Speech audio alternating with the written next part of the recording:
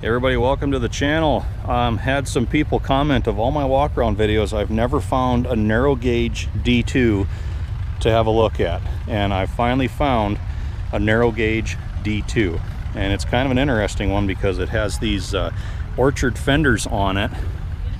It says Bowman tractor fenders and fruit shields, manufactured by Crescent Sheet Metal Shop, and we have Santa Ana, California.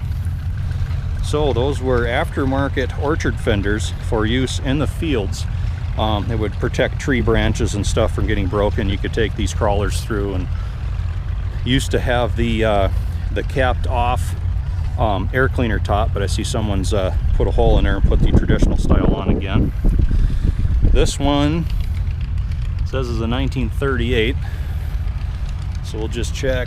It's pretty dark in here. I don't know if you guys will be able to see this number. It looks like we have 3J240, so that would indeed make it a 1938 model year. First year out for the D2, so it's an early one. Toolbox up here on the fender, or on the orchard fender. It would have been on the standard fender, but you know, they replaced them with these. It's got the seat fuel tank. Back end is nice and clean yet. They're usually always dented in.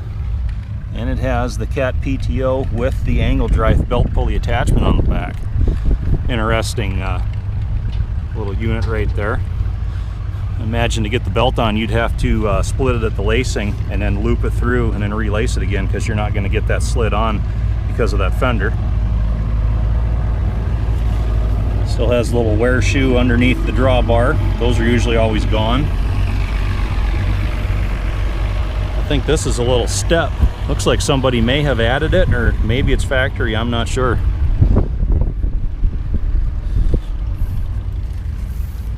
Pretty hard to see undercarriage on these. Most of it's covered up. From what I can see of the sprocket, it looks good. Rails look pretty good. Got the old guide lights on it. Period correct for the day. An old guide light on this side. Another neat little deal, we have a skid plate belly pan with a Cat factory tow hook on it. That's kind of another neat little option. It's kind of an optioned out little Cat. Grill's looking good yet. It's got the early tall style bypass oil filter like old 5J1113 does. Rope start pony motor. Air cleaner for the pony mounts in under the dash. Here's your engagement lever for that PTO. Brake pedal's nice and sharp yet.